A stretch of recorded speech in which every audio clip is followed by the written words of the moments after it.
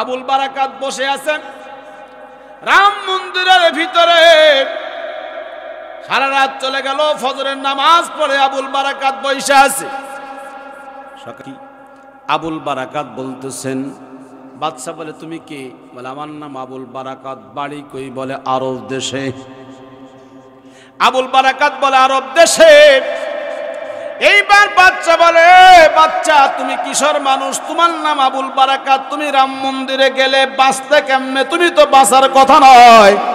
আবুল বারাকাত বলে, মালদ্বীপের রাজা বাদশা, আপনি আমারে চিনেন না, আমি হলাম নাম্বার 1 মুসলমান।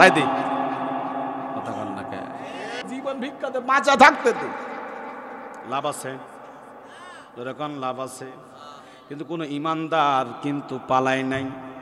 কোন ইমানদার কিন্তু মাথা নত করে নেই, অত্যাচার সহ্য করেছে, পা দিয়েছে, হাত দিয়েছে, জেল সহ্য করেছে, জুলুম সহ্য করেছে, ফাঁসির মঞ্চে ঝুলেছে, কিন্তু আল্লাহর বান্দারা দেশ ছেড়ে কিন্তু পালায় না। আমার ভাইয়েরা, এইবার আবুল বারাকাত বলে আমি নাম্বার 1 মুসলমান। 2 নম্বরে আমার মুসলমানের একটা গ্রন্থ যার নাম হলো আল কোরআন। কি নাম? জোরে বলেন। আল কোরআন আমার মুসলমানদের শ্রেষ্ঠ কিতাব আল কোরআন। আমি নাম্বার 1 মুসলমান। 2 নম্বরে আমার ধর্মগ্রন্থ আল কোরআন। 30 পারা আমার সিনায় আছে, তার মানে আমি 30 পারা কোরআন মুখস্থ করেছি। এইবার বাচ্চা বলে, এ আবুল বারাকাত, রাম মন্দির থেকে তুই বাইসে আস না, তুই বললে রাম কাফিরি।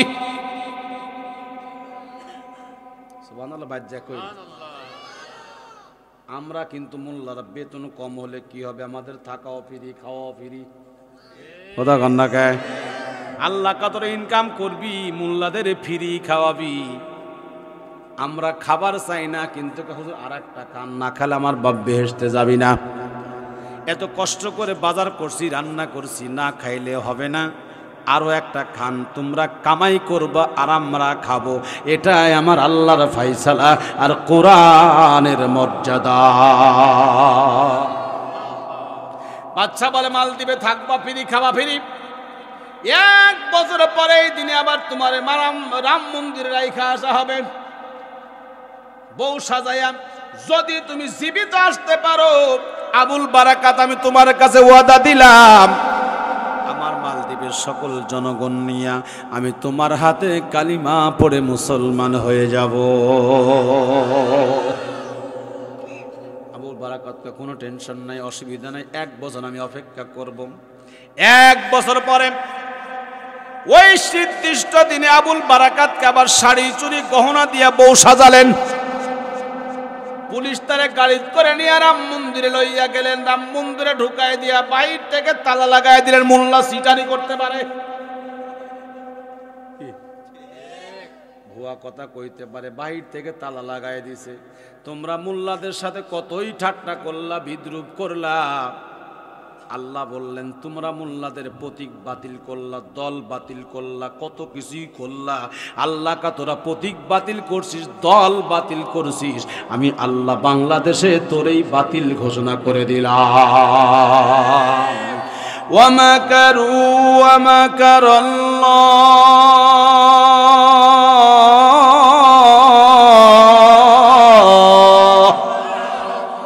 ওয়াল্লাহু খায়রুল মাকিরিন।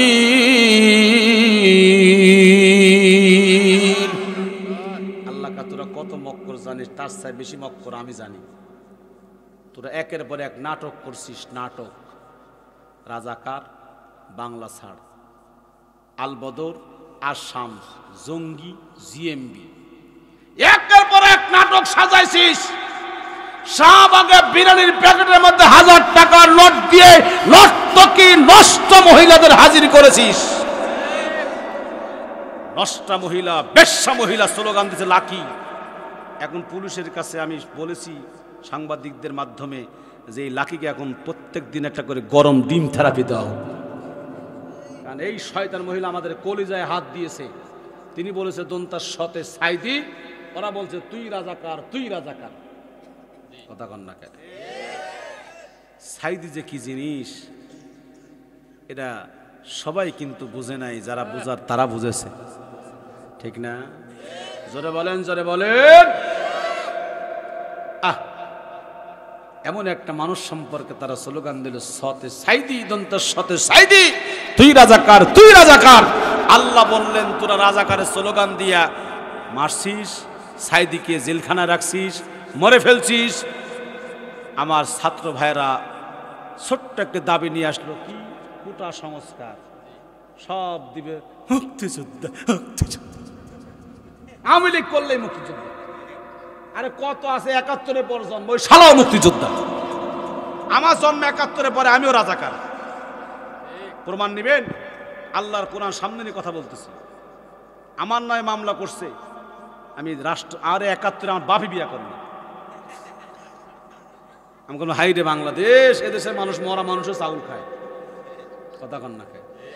মরা মানুষও ভোট দেয়, মরে গেছে, ভোট চলতেইছে, মরে গেছে, চাউল উঠতেইছে। আমার বাপে ৭১ পরে বিয়া করছে, আমি নাকি রাজাকার। আমার নয় মামলা করছিল, লেখছে মামলা আজিতে আসামি দয় এবং আসামির পরিবার স্বাধীনতার সময় রাষ্ট্রদ্রোহী যাবতীয় যত বিরোধী কাজ সব করছে। কেন আমি কখন করলাম? জন্মের আগেই করছি। আমার বাপ তো বিয়াই করেনি তখন। আল্লাহ কয়, তোরা এত নাটক করছিস, দেখ আমি নাটক কিরকম পারি। ছাত্ররা কইল, কোটা সংস্কার করো, মুক্তিযোদ্ধাদের যা দাও আমাদের তা সমান সমান দাও। হট করে বলে ফেললো, সব রাজাকারের বাচ্চারে দিব। সবাই রাজাকার, তাই না? এবার ছাত্ররা কইল, তুমি যখন রাজাকার বললে আমরাও রাজাকার হয়ে গেলাম। ফায়সালা কার? জোরে বলেন। এবার ছাত্ররা স্লোগান দেওয়া শুরু করলো, তুমি কে, আমি কে। এই জোরে বলা লাগবে, তুমি কে, আমি কে। কে বলেছে, কে বলেছে? স্বৈরাচার, স্বৈরাচার। কে বলেছে, কে বলেছে? নতুন করে জোরে স্লোগান দেওয়া লাগবে, ঠিক আছে? আমি বলবো, তুমি কি, আমি কে, আপনার বন্ধু রাজাকার। কি রাজাকার বলে অসুবিধা আছে? রাজাকার ভালো শব্দ, রাজার মধ্যে যার আকার সে হলো রাজাকার। তুমি কে, আমি কে। কে বলেছে, কে বলেছে? দেখ কিরম হচ্ছে। ছাত্ররা বলল, এক দফা এক দাবি, কোটা মোটা চাই না, এক দফা এক দাবি, শেখ হাসিনা কবে না কখন যাবে, ঠিক না? আল্লাহ কয়, আর তো সুযোগ নাই। আল্লামা সাইদি বলেছিলেন, বেশি বাড়াবাড়ি করবি না, দেশের মানুষ আছে গোড়ায়, তোমরা আছো আগে, আস্তে করে ঝাড়া দিব, মামু বাড়ি দিল্লি গিয়া পড়বা। পড়ছে না? পড়ছে না? সাইদির ইন্তেকালের পরে যখন কবর জিয়ারতে গেলাম, যা দেখি পুলিশ পাহারা দিচ্ছে কবর। তাক পুলিশকে বললাম, পুলিশ ভাই, এখানে আপনি কি করেন? মানুষটা মরে গেছে, মেরে ফেলছে, মরে গেছে, কবর দিয়ে দিচ্ছে, এখানে আপনারা কি করেন? হুজুর কি যে করি নিজেও তো জানি না। মরা মানুষের কাছে কে তোরা? হ্যাঁ, ওকে মরা মানুষ থেকে আবার কবর থেকে উঠে আসবি নাকি? হুজুর তা জানি না। আমি বললাম, এর কারণ হলো মুনাফেক কাফেররা মুমিনকে, মুনাফেক মুমিন মৃত্যুর পরও ভয় করে। মুমিন মৃত্যুর পরও কাফেররা ভয় করে। আল্লামা সাইদি তুমি মরনি, শহীদ হয়েছ তুমি এটাই জানি।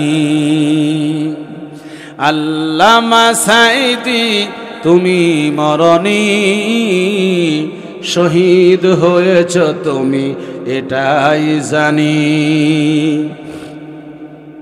জালিমের কারাগারে কাটালে তুমি 13টি বছর,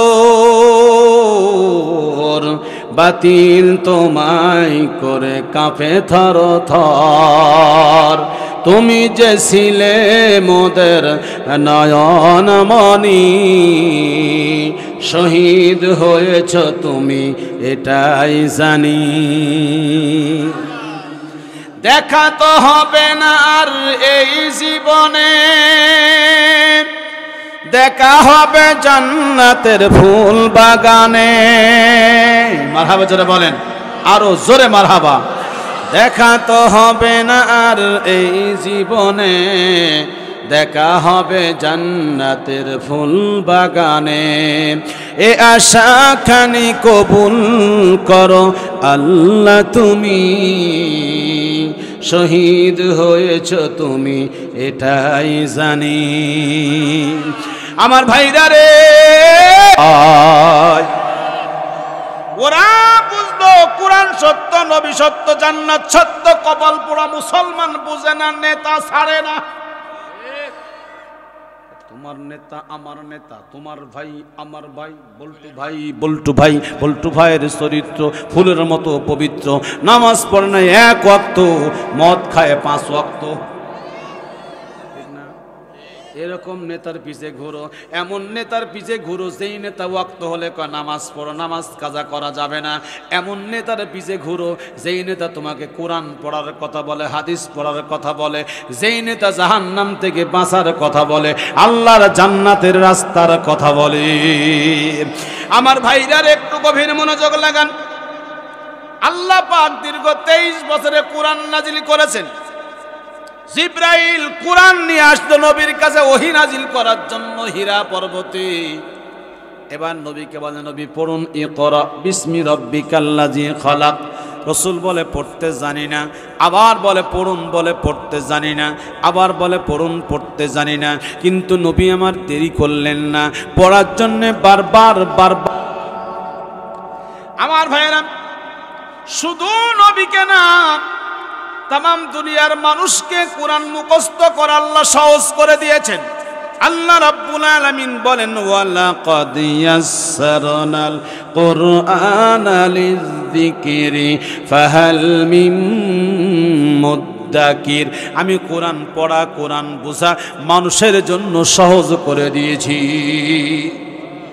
আচ্ছা বলুন তো, কোরআন যারা পড়ে, কোরআন যারা জীবন গড়ে, তারা ভালো মানুষ না খারাপ মানুষ? হাকিমুল উম্মাত আশরাফ আলী থানভী রহমাতুল্লাহ আলাইহি তার মুসলমানের হাসি কিতাবের মধ্যে লিখছে একটি ঘটনা।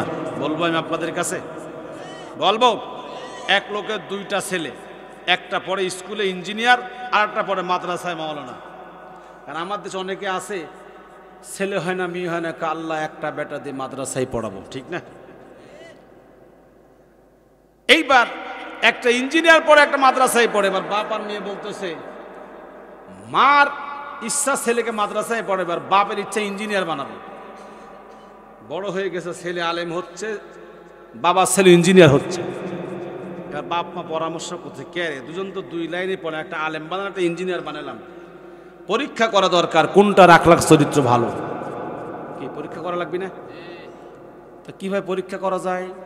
মা বলতেছেন, তুমি এই ঘরের উপরে ধানটাকে আপনারা কি করেন, ওটা গুলা, হ্যাঁ, গুলার মধ্যে বসে থাকবে, বাকি যা করার আমি করব, তুমি খালি তাকায় দেখবে আর বুঝবে কি হচ্ছে।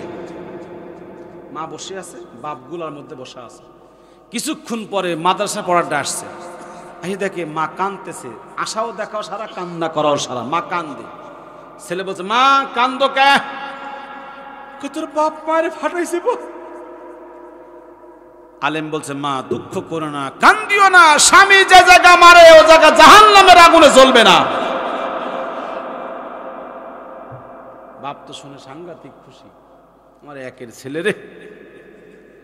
কিছুক্ষণ পরে ওই ইঞ্জিনিয়ার আছে, প্যান্ট পরা, বুঝেন নাই, আসি দেখে মা কান্দে।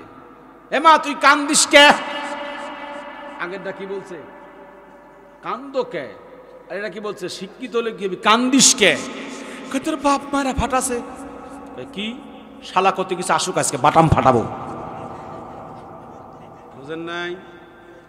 এখন উপর থেকে যেই কোজে শালা গেছে কত আসুক বাটাম ফাটাবো, অনেক সময় উঠছে নিম্ন চাপ, হচ্ছে নিম্ন চাপ।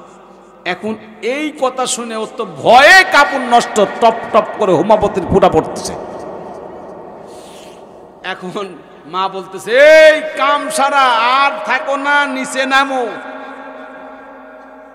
বাপ বলতেছে, হাই রে আমার ইঞ্জিনিয়ার রে, আমার ছেলে মাদ্রাসায় পড়ে, মাসে 300 টাকা দেওয়া লাগে, আর আমার ইঞ্জিনিয়ার ইংলিশ মিডিয়ামে পড়ে, একে দেওয়া লাগে মাসে 3000 টাকা। ও বললো বাপ মারছে, ওই জায়গা জাহান নামে চলবে না, যাকে 3000 টাকা খরচ করি। ও বলতেছে শালা কই আসুক বাটাম ফাটাবো। আর বৃদ্ধাশ্রমে যান, কোনো হাফেজের বাবা, কোনো ইমামের বাবা, কোন আলেমের বাবা পাবেন? যত বৃদ্ধাশ্রমের সব ইঞ্জিনিয়ারের বাপ, ডাক্তারের বাপ, মাস্টারের বাপ, হেল্পারের বাপ, কন্ট্রাক্টরের বাপ, এই কথা কন নাকি আপনারা? তাহলে কোরআন যার মধ্যে আছে সে কি বাপ মার সাথে নাফরমানি করে? আমার ভাইয়েরা গভীর মনোযোগ লাগান। এই জন্য মুসলমান কোরআন শিক্ষা দেওয়া লাগবে, ছাত্রদেরকে, সন্তানদেরকে কোরআন শিক্ষা দিতে হবে। হীরা পর্বতে কোরআন নাজিল হয়ে গেল, লম্বা ইতিহাস বলার সময় আমার হাতে মোটেও হবে না রে মুসলমান। অল্প সময়ে আপনাদের কাছ থেকে বিদায় নিব, একটু দিলের কান দিয়ে কথাগুলি শুনবেন রে মুসলমান। হীরা পর্বত থেকে একটু দূরেই হলো জাবালে সুর পাহাড়, যেই পর্বত আমার নবী হিজরত করার সময় আত্মগোপন করেছিলেন। হজে যারা গেছেন তারা দেখেছেন মক্কা বাইতুল্লাহ থেকে 3.5 কিলো দূরে জাবালে নূর আর জাবালে সুর পাহাড়, যেই পাহাড়ে কোরআন নাজিল হয়েছে আর যেই পাহাড়ে আমার নবী হিজরতের সময় আত্মগোপন করেছিলেন। নবী আমার আরব থেকে মদিনায় যাওয়া লাগলো কেন? নবী কি চোর ছিলেন? চুরি করেছেন, সন্ত্রাস করেছেন? কিছুই করে নাই। অপরাধ একটাই, কোরআনের দাওয়াত দেওয়া, লা ইলাহা ইল্লাল্লাহর দাওয়াত দেওয়া। আবু জাহেল, আবু সুফিয়ান, উতবা, শাইবা নবীকে মারার পরিকল্পনা করলেন। আল্লাহ পাক নবীকে বললেন, নবী আমি আপনাকে মারতে পারবো না, হত্যা করব না, আমি আপনাকে বাঁচায় রাখবো আমার দিন জিন্দা রাখার জন্য। আর নবী মক্কায় থাকা যাবে না, আপনি হিজরত করে মদিনায় চলে যান। এইবার নবী আলামিন ছিল, বিশ্বাসী ছিল। মক্কার অসংখ্য মানুষের টাকা পয়সা সোনা গহনা নবীর কাছে ছিল। যদি নবী রাতে চলে যায়, সকালবেলা মানুষ বলা বলি করবে মোহাম্মদ আমানতের খেয়ানত করছে, টাকা নিয়ে চলে গেছে। নবী এই দোষের মধ্যে নাই। হযরত আলীকে ডেকে বলে, আলী আমি নবী দেরি করব না, হিজরত করে চলে যাব। তুমি আমার বিছনার মধ্যে আমার চাদর মুড়ে দিয়ে শুয়ে থাকবা, আর আমি যে অর্থ সম্পদগুলি রেখে যাচ্ছি নামে নামে, যার যার অর্থ সম্পদ তুমি তার তার কাছে পৌঁছায়া দিবা। কিন্তু আলী আমার বড় ভয় হয়, আমার চাদর মুড়ে দিয়ে শুয়ে থাকবো, যদি কাফেররা আমি নবীকে মনে করে তোমাকে হত্যা করে। হযরত আলী বলে, নবীজি আপনার জন্য একবার নয়, দুইবার নয়, আমি 100 বার জীবন দিতে তৈরি আছি। এই ছোট ছোট বাচ্চারা বসছে কেন, উঠতেছে কেন? হ্যাঁ বসছে কেন? আগে আগে হুঁসছিল না? রাত গভীর হয়ে যাবে, একটা উঠতে পারবে না। একটা বাচ্চাদের নাড়ু দেখবেন দৃষ্টিগোচর হচ্ছে, এক চুপচাপ বসা রাখবেন। যেরকম আল্লাহু আকবার, যেরকম আল্লাহু আকবার। হযরত আলী বলেন, ইয়া রাসূলুল্লাহ একবার দুইবার না অসংখ্যবার আমি মরব। এবার রাসূল ঘর থেকে বের হলেন। রাসূলের বাড়ি থেকে একটু দূরেই আবু বকরের বাড়ি। আবু বকরের বাড়ির সামনে যায় ডাক দেয়, আবু বকর লাব্বাইক ইয়া রাসূলুল্লাহ, লাব্বাইক ইয়া হাবিবাল্লাহ। আবু বকর ঘর থেকে বের হচ্ছেন, মাথায় একটা পুটলা নিয়া।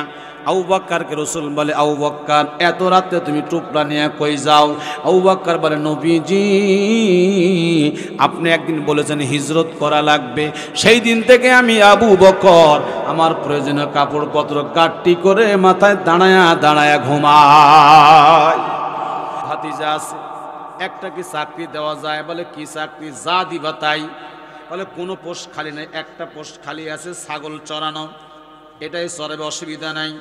1 মাস 2 মাস ছাগল চড়াবার পরে হঠাৎ একদিন খাদিজা ডেকে বলে, মোহাম্মদ আর তোমাকে ছাগল চড়াইতে হবে না, আমার ব্যবসার ম্যানেজারের দায়িত্ব আমি তোমাকে দিয়া দিলাম।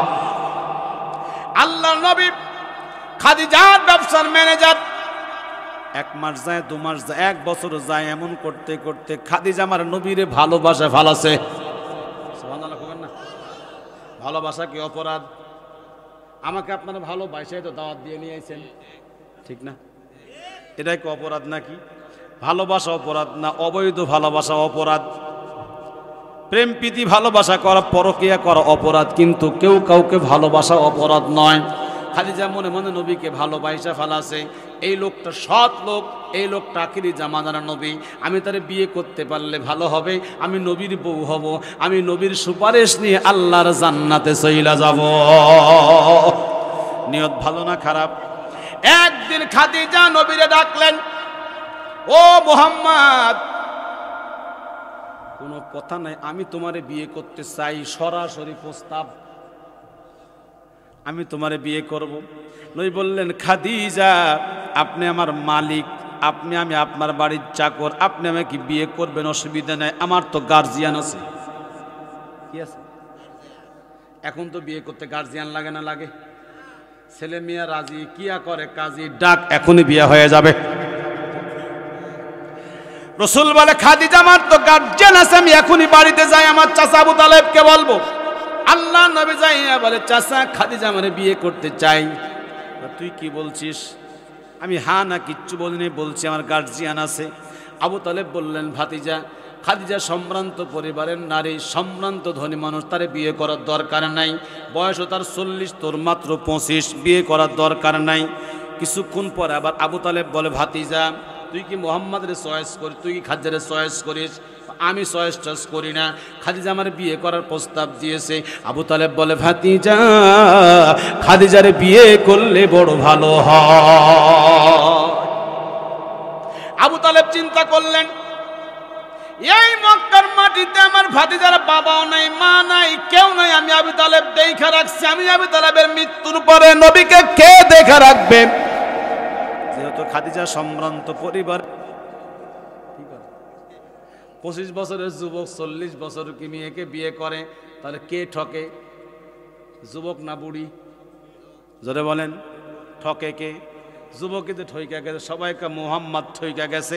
এইবার খাদিজা বলে, ঠিক আছে বলো, আমার চেহারা সুন্দর নাকি নবীর চেহারা? মুহাম্মাদের চেহারা সুন্দর।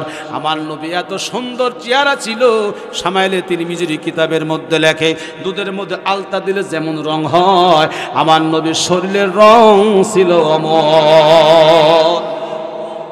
বলো বলো, এত সুন্দর একটা যুবক আমি বিয়ে করছি, বুড়ি মানুষ, কে ঠকছে চেহারার দিকে, আমি না মুহাম্মদ? বা মুহাম্মদ তো ঠইকা গেছে। বা যদি বয়সের দিকে মুহাম্মদ ঠকে, যদি চেহারার দিকে মুহাম্মদ ঠকে, আমি যদি জিতি, তাহলে কোন দিকে মুহাম্মদ ঠক? আমি ঠইকা গেছি। বলো বলো বলো। এবার সবাই বলতে লাগলো, তুমি হলে সম্ভ্রান্ত পরিবারের মানুষ, অর্থ সম্পদের দিকে ধনী, মুহাম্মাদের কোনো সম্পদ নাই। খাদিজা বললেন, তোমরা শোনো শোনো শোনো, ওদের চেহারার দিকে আমি জিতি, ওদের যুবকের দিকে আমি জিতি, আর যদি আমি ঠকে যাই, যদি মুহাম্মদ জিতে যায়, আমি তো জিতছি, মুহাম্মদ ঠইকা গেছে। তোমরা সবাই সাক্ষী থাকো, মুহাম্মাদের সম্পদ নেই, আমার সম্পদ আছে, এটাই তো মুহাম্মাদের দুর্বলতা। তোমরা সবাই সাক্ষী থাকো, আমি খাদিজার যত অর্থ সম্পদ আছে, এই মুহূর্ত থেকে আমি আমার স্বামী মুহাম্মাদের অক্ষ করে দিলাম। ধনী হয়ে গেল কে?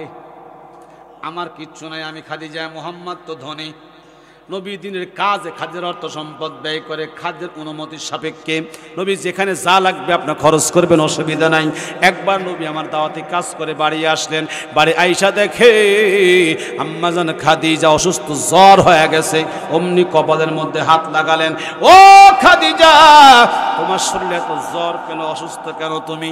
আমি দিনের দাওয়াতের কাজে বাহিরে ছিলাম, কোথাও খোঁজ খবর লিবার পারি নাই, তোমার এত জ্বর। জি আমি অসুস্থ।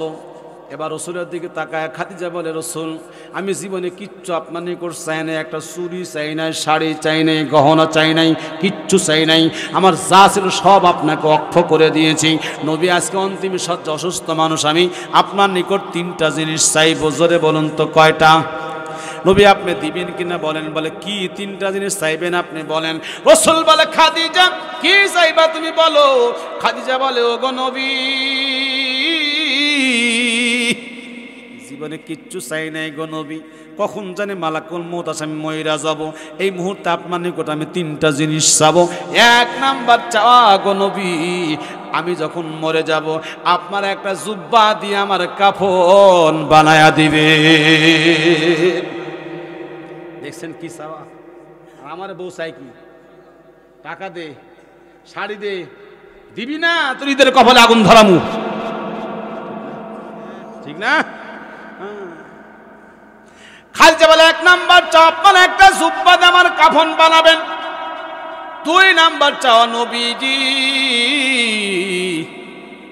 যখন কবরে আমাকে রাখবেন গো নবী, আপনি আমার লাশখানা কবরে নিজের হাতে নামাবেন। আমাদের কোনো বউ বলছে না কিরকম আমাকে লাশ কবরে নামায়, কেউ কিন্তু বলে না। আপনি মরে গেছেন, রাত ৩টা, শীতের রাত, যদি সবাই মিলে বলে ভোর হতে এখনো 3 ঘন্টা দেরি, 3 ঘন্টা ল্যাপের মধ্যে রাখো, লাগবে? হ্যাঁ, হাই রে আদরের বউ রে, যার জন্য সুদ খান, যার জন্য ঘুষ খান, যার জন্য হারাম কামাই করেন, সব কিছু করেন তার জন্য, কিন্তু মরে গেছেন 3 ঘন্টা পরে ভোর হবে, 3 ঘন্টা আপনাকে ল্যাপের মধ্যে লিবে। আম্মা যেন খাদিজা বলে, ওগো নবী, আপনি আমারে কবরে নামাবেন।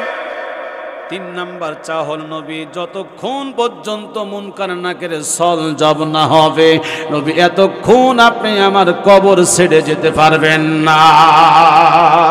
রাসূল বলে, খাদিজা, যদি আপনার পরে আমার মৃত্যু হয়, আর কে কখন মরবে কারো জানা আছে? জানা? কে কখন মরবে কারো জানা নাই। যদি আপনার পরে আমার মৃত্যু হয়, আমি আপনার 3টা চাওয়াই পূরণ করব ইনশাআল্লাহ।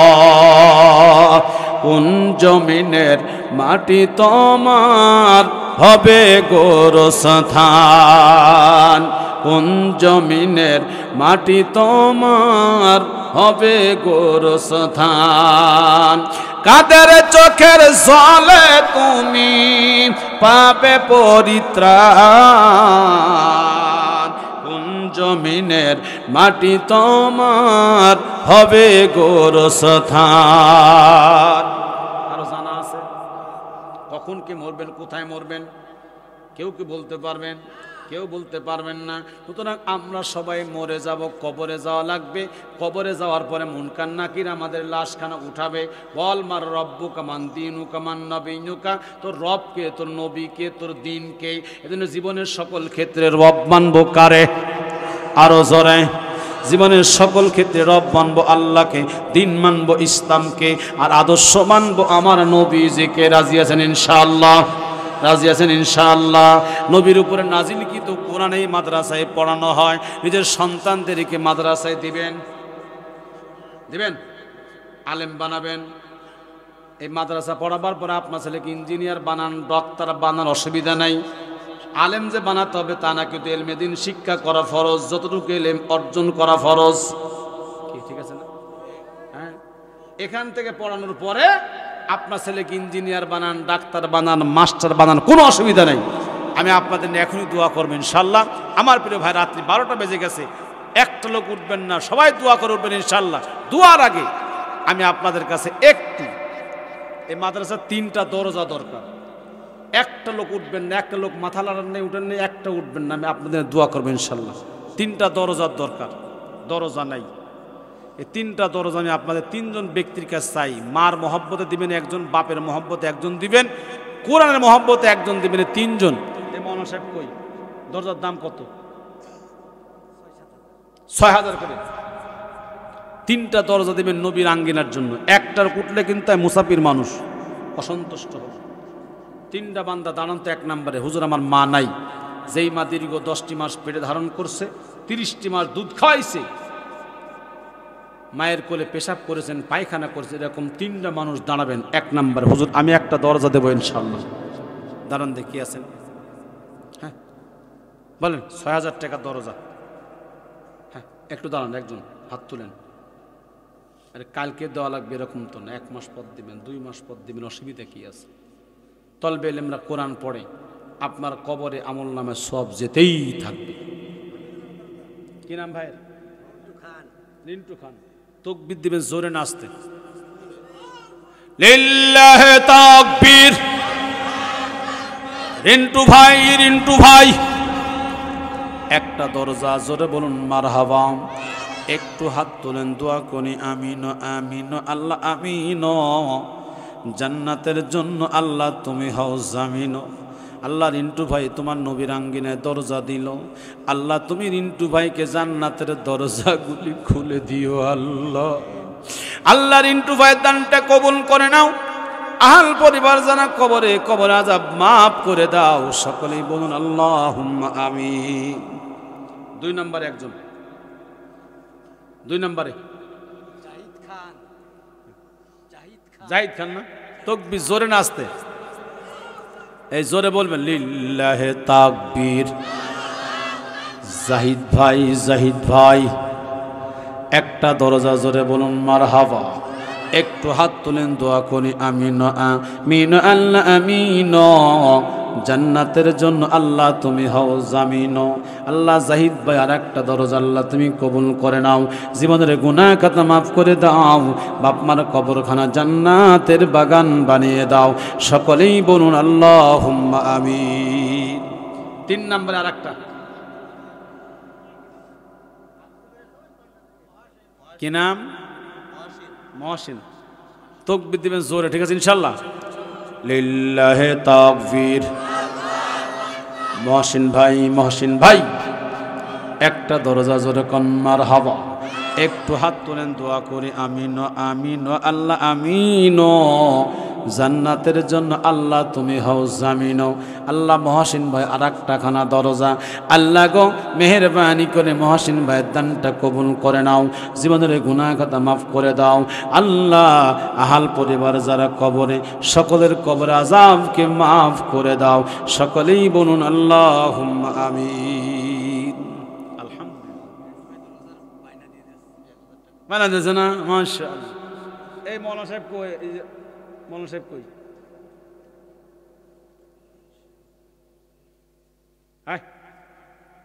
আমার ভাইরা 3টা দাবি করছি, পূরণ হয়ে গেছে আলহামদুলিল্লাহ। আর একটা দাবিকে আমি করবো আপনাদের কাছে। এই দেখেন আর একটা দরজা গো, 4টা লাগবে শুনছিলাম, আমাকে বলেন যদি আমি শুনছি 4টা দরজা লাগবে। তো একজন বললো কে একটা দিবে, আর একটা ভাইয়ের নাম কি? পাশের ইউনিয়ন সমীর ভাই।